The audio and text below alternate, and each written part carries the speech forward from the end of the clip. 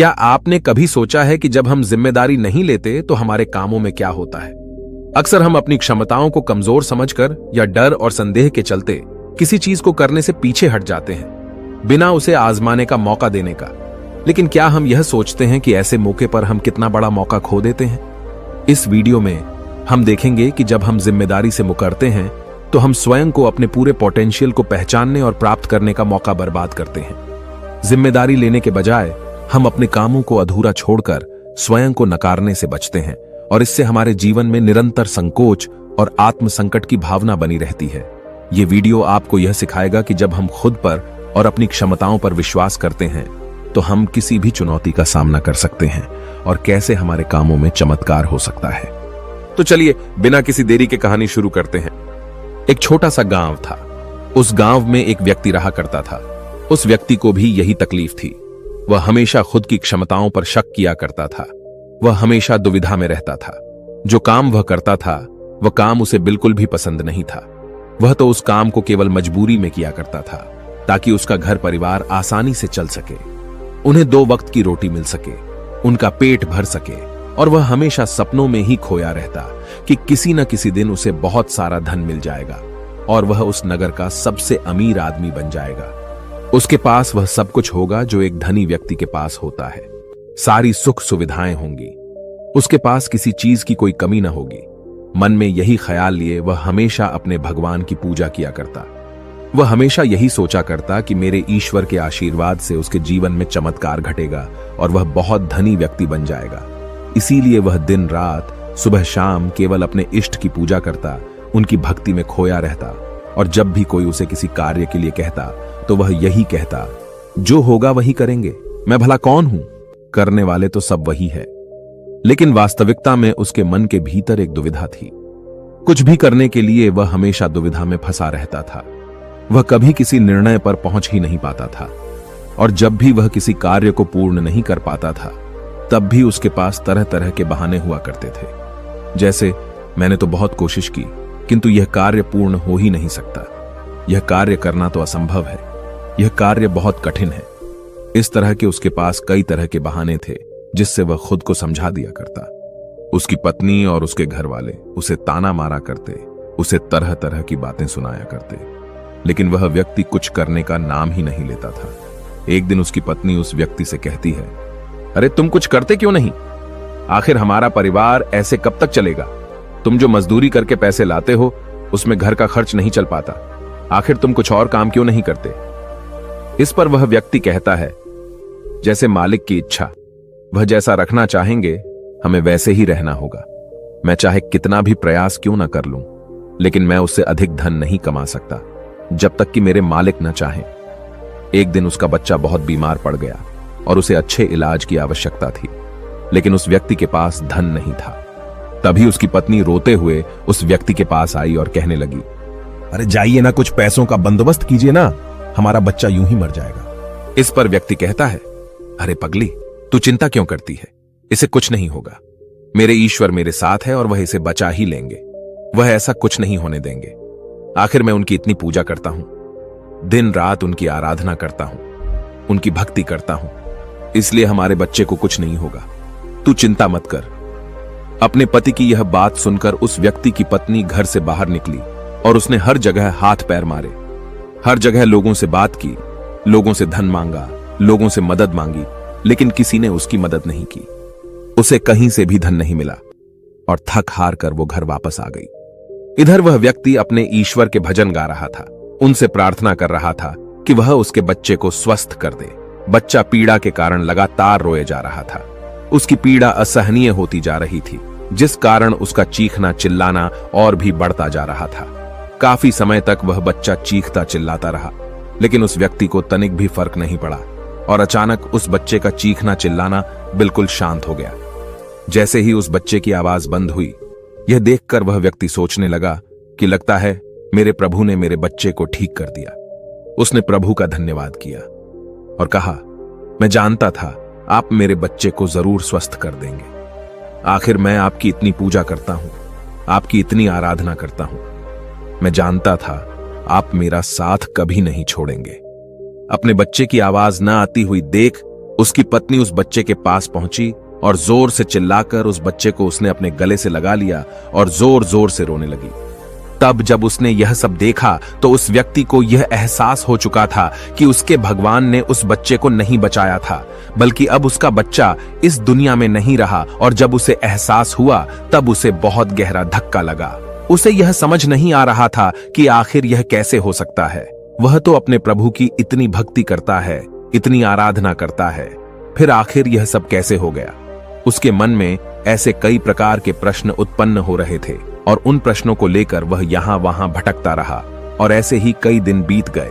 दिन के बाद हफ्ते और हफ्तों के बाद महीने बीत गए, लेकिन अब तक उसे उसके प्रश्नों का कोई उत्तर नहीं मिला था। जब भी किसी से इसके बारे में बात करता तो हर कोई उसे केवल एक ही जवाब देता कि लगता है तुम्हारी भक्ति में कोई कमी रह गई थी। शायद इसी कारण ईश्वर ने तुम्हारी नहीं सुनी। लेकिन उसे किसी की बात पर कोई यकीन नहीं था। उसे उस जवाब से कोई संतुष्टि नहीं मिल रही थी। वह अपने बच्चे को खोने के कारण बहुत तकलीफ में था। मन ही मन वह पूरी तरह से टूट चुका था। एक दिन वह किसी मार्ग से होता हुआ कहीं जा रहा था, लेकिन तेज धूप के कारण वह एक पेड़ की छांव में बैठ गया और वहां पर बैठकर अपने बच्चे को याद करके जोर जोर से रोने लगा। उसी मार्ग से एक साधु होकर गुजर रहे थे। उन्होंने जब उस व्यक्ति के रोने की आवाज सुनी तो वह उसके पास पहुंचे और उस व्यक्ति से कहते हैं, क्या बात हो गई? आखिर तुम इतने जोर जोर से इस तरह रो रहे हो? क्या कोई संकट आन पड़ा है? आखिर क्या बात है, मुझे बताओ। इस पर उस व्यक्ति ने अपनी सारी बातें उन साधु को बता दी और साधु से कहता है, हे गुरुवर, आखिर इसने मेरी क्या गलती है? आखिर मैंने क्या किया? मेरी पत्नी मुझे मेरे बच्चे की मौत का जिम्मेदार ठहराती है। आप ही बताइए, भला मैं अपने बच्चे को क्यों मारना चाहूंगा? मैं तो बस ईश्वर से उसकी सलामती के लिए दुआ मांग रहा था। तो क्या मैंने गलत किया है? तभी उन गुरुवर ने उस व्यक्ति से कहा, यदि तुम्हारे बच्चे को इलाज मिल जाता तो क्या वह ठीक हो जाता? इस पर वह व्यक्ति कहता है, हां, अवश्य ठीक हो जाता। तभी वह साधु उस व्यक्ति से कहते हैं, तो आखिर तुमने इलाज क्यों नहीं करवाया? इस पर व्यक्ति कहता है, गुरुवर, मेरे पास इतना धन नहीं था कि मैं उसका इलाज करवा सकूं। तभी गुरुवर उस व्यक्ति से कहते हैं, तुम्हारे पास धन क्यों नहीं था? तभी वह व्यक्ति इसका जवाब देते हुए कहता है, गुरुवर, जहां मैं काम करता हूं वहां पर मुझे बहुत ही कम तनख्वाह मिलती है और इससे मेरा घर बड़ी मुश्किल से चल पाता है। ऐसे में मैं भला अधिक धन कहां से जोड़ सकता हूं? तभी वह व्यक्ति से कहते हैं, यदि तुम्हारी बच्चे की मृत्यु धन न होने के कारण हुई है तो तुम ईश्वर को क्यों दोष दे रहे हो? उसने तो नहीं कहा था कि तुम अधिक धन मत कमाओ। उसने तो तुमसे नहीं कहा था कि तुम वहीं पर काम करते रहो जहां पर तुम्हें कम तनख्वाह मिलती है। ईश्वर ने तो तुमसे नहीं कहा था कि तुम मेरे भरोसे बैठो। यह सुन वह व्यक्ति थोड़ा सा अचरज में पड़ गया। उसने उन साधु से कहा, गुरुवर, तो क्या हमें ईश्वर की मदद नहीं मांगनी चाहिए? क्या हमें उनकी पूजा आराधना नहीं करनी चाहिए? तभी वह व्यक्ति से कहते हैं, तुम्हारा ईश्वर कोई और नहीं बल्कि तुम्हारे भीतर है। वह तुम्हारी आंखों से देखते हैं, तुम्हारे ही हाथों से कार्य करते हैं, तुम्हारे ही पैरों से चलते हैं, और जब तुम्हें कुछ करने के लिए तैयार न हो तो वह तुम्हारी मदद कैसे कर सकते हैं? तुमने ही अपने ईश्वर को हाथ पर हाथ धरे रखने के लिए मजबूर कर दिया है। तभी वह व्यक्ति उनसे कहता है, ठीक है, आपकी बातें बड़ी कड़वी लग रही हैं, लेकिन जो कुछ भी आप कह रहे हैं वह सब सत्य है। कहीं ना कहीं मैं अंदर से जानता था कि मैं ही अपने बच्चे की मौत का जिम्मेदार हूं। यदि मैंने थोड़ा और धन जुटा लिया होता, यदि मैंने थोड़ी सी मेहनत की होती, लोगों से मदद मांगी होती, तो अवश्य ही आज मेरा बच्चा जिंदा होता, मेरे साथ होता। इतना कहकर व्यक्ति जोर जोर से रोने लगा। कुछ देर रोने के बाद फिर से शांत होकर गुरु से कहता है, गुरुवर, जब भी मैं कोई कार्य करने जाता हूं तो मेरे पास इतने साधन नहीं होते थे, न ही धन होता था, न ही किसी का सहयोग मिलता था, और जब भी मैं कोई कार्य करने जाता तो मेरे मन में एक शंका होती, एक संकोच होता कि क्या मैं इस कार्य को कर सकूंगा या नहीं। तभी वह साधु उस व्यक्ति को एक पेड़ की तरफ इशारा करके कहते हैं, क्या तुम पेड़ पर चढ़ना जानते हो? व्यक्ति कहता है, नहीं गुरुवर, मैं आज तक कभी भी पेड़ पर नहीं चढ़ा और न ही मैं पेड़ पर चढ़ना जानता हूं, किंतु आप मुझसे यह क्यों पूछ रहे हैं? इस पर वह साधु कहते हैं, अभी बताता हूं। उन्होंने पास में बैठे हुए एक कुत्ते को एक पत्थर मारकर क्रोध दिलाया और वह तुरंत ही पास वाले पेड़ पर चढ़कर बैठ गए, और अब उस कुत्ते के सामने वह व्यक्ति था। उस कुत्ते ने क्रोधित होकर उस व्यक्ति को दौड़ाया। उस व्यक्ति को कुछ समझ नहीं आ रहा था, वो बस तेजी से भागता जा रहा था। तभी उसे अचानक एक पेड़ नजर आया। वह व्यक्ति उस पर जाकर तुरंत चढ़ बैठा। कुछ देर बाद जब कुत्ता वहां से शांत होकर चला गया, तब साधु उस व्यक्ति के पास आए और उस व्यक्ति से कहते हैं, क्या हुआ? तुम तो कह रहे थे कि तुम्हें पेड़ पर चढ़ना नहीं आता, फिर तुम इस पेड़ पर कैसे चढ़ गए?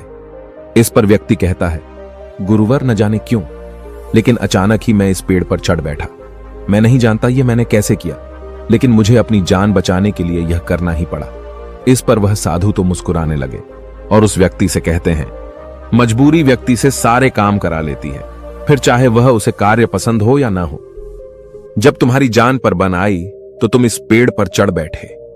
आखिर उस वक्त तुमने अपने ईश्वर को क्यों नहीं याद किया?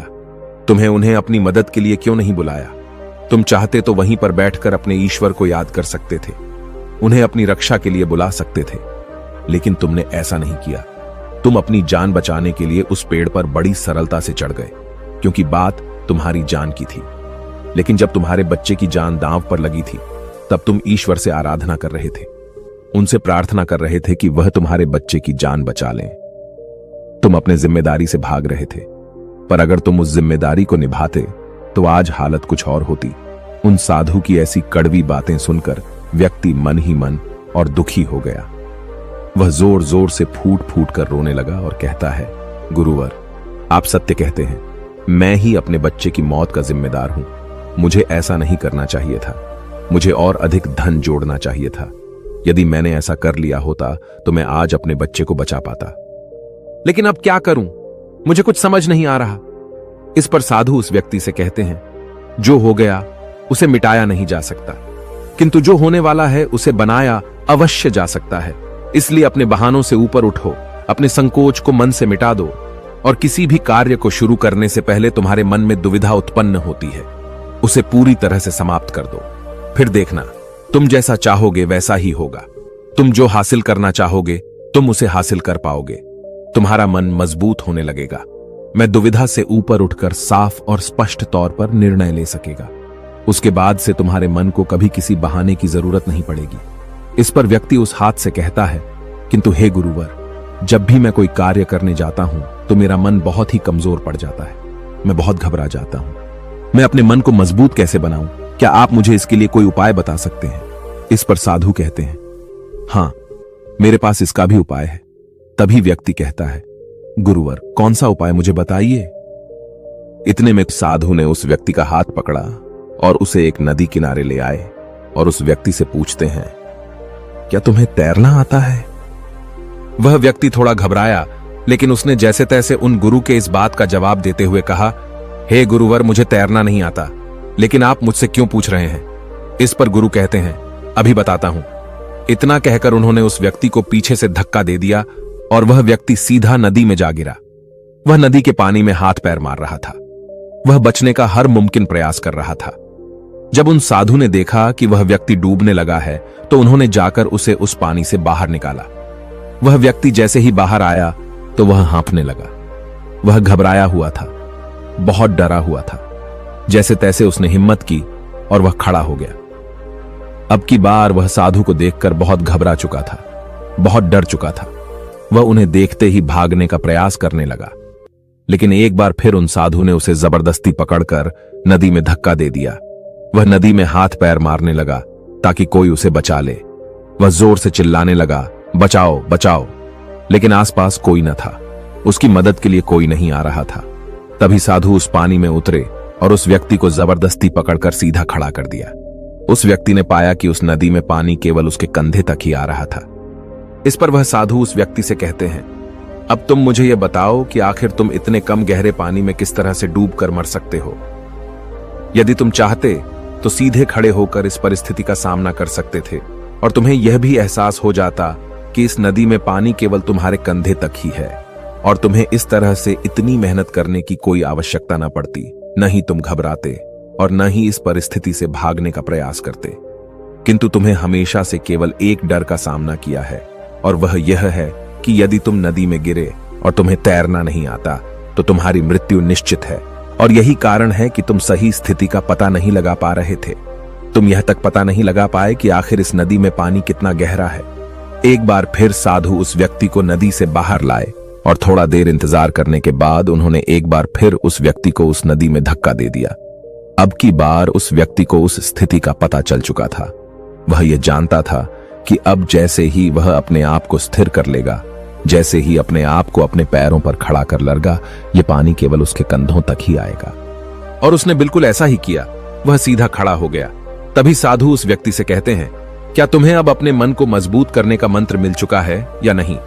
इस पर वह व्यक्ति कहता है, हाँ, मैं समझ चुका हूं कि अपने मन को मजबूत किस तरह से किया जाए। आगे गुरुदेव उस व्यक्ति से कहते हैं, अब तुम समझे, इस दुनिया में कुछ भी करना इतनी बड़ी समस्या नहीं है। समस्या तो यह है कि हम कुछ करना ही नहीं चाहते। जब भी हमें डर लगे या कोई समस्या खड़ी हो तो हमें उसमें उतर कर देखना चाहिए, उसका आकलन करना चाहिए, उसे समझना चाहिए, जब तक कि वह समस्या संभावना न बन जाए और तुम्हारे भीतर से उस परिस्थिति का सामना करने का डर निकल न जाए। ऐसे ही हमारा मन मजबूत होता है। आज तुम्हारे पानी का डर समाप्त हुआ है, लेकिन वास्तविकता तो यह है कि तुम अब भी तैरना नहीं जानते, और जब तक तुम तैरना नहीं जान सकोगे तुम गहरे पानी में उतर नहीं सकोगे। इसलिए मेरी एक बात हमेशा याद रखना, इस संसार में ऐसा कुछ नहीं है जो तुम नहीं कर सकते। बस तुम्हें तुम्हारे साथ खड़े होना आवश्यक है, तुम्हें अपना साथ देना आवश्यक है। इसलिए अपने आप को धोखा देना बंद करो, अपने आप को दुविधा से बाहर निकालो, अपने आप पर संकोच करना बंद करो, अपनी शक्ति को पहचानो। तुम हर कार्य कर सकते हो जो तुम करना चाहते हो। यह सुन उस व्यक्ति को अपनी गलती का एहसास हो गया और उसने गुरु को प्रणाम किया और वापस अपने घर की ओर लौट गया। अब से हर रोज अपनी गलतियों को सुधारने में लग चुका था, अपने मन को मजबूत करने में लग चुका था। जब भी उसके सामने कोई परिस्थितियां थी, इसका सामना करने में उसका मन घबराता, उसका मन डरता, तो वह उस परिस्थिति के सामने खड़ा हो जाता और उनका डट के सामने करता, अपनी जिम्मेदारियां निभाता, क्योंकि यही करते हैं जिम्मेदार लोग, डट के खड़े होते हैं। उसने अपने मन के संकोच को, अपनी दुविधाओं का त्याग कर दिया था और उसने अपना हाथ थाम लिया था। जिस भी कार्य में उसे डर लगता वह उस कार्य को जरूर करता है, जिससे उसका मन और भी अधिक मजबूत हो जाता। अब ना ही उसके मन में कोई संकोच होता था, न ही वह किसी से किसी प्रकार के डर की बातें करता। हर परिस्थिति का सामना करने के लिए पूरी तरह से तैयार रहता और इसी प्रकार उसके मन का सारा डर खत्म हो चुका था और वह अपने जीवन में आगे बढ़ने के लिए पूरी तरह से तैयार था। अब वह जो कुछ भी चाहता था वह उसे हासिल करने में पूरी तरह से सक्षम था। दोस्तों, उम्मीद है कि आपने आज के इस वीडियो से जरूर कुछ न कुछ सीखा होगा। तो इस वीडियो को अपने दोस्तों के साथ शेयर करना ना भूलें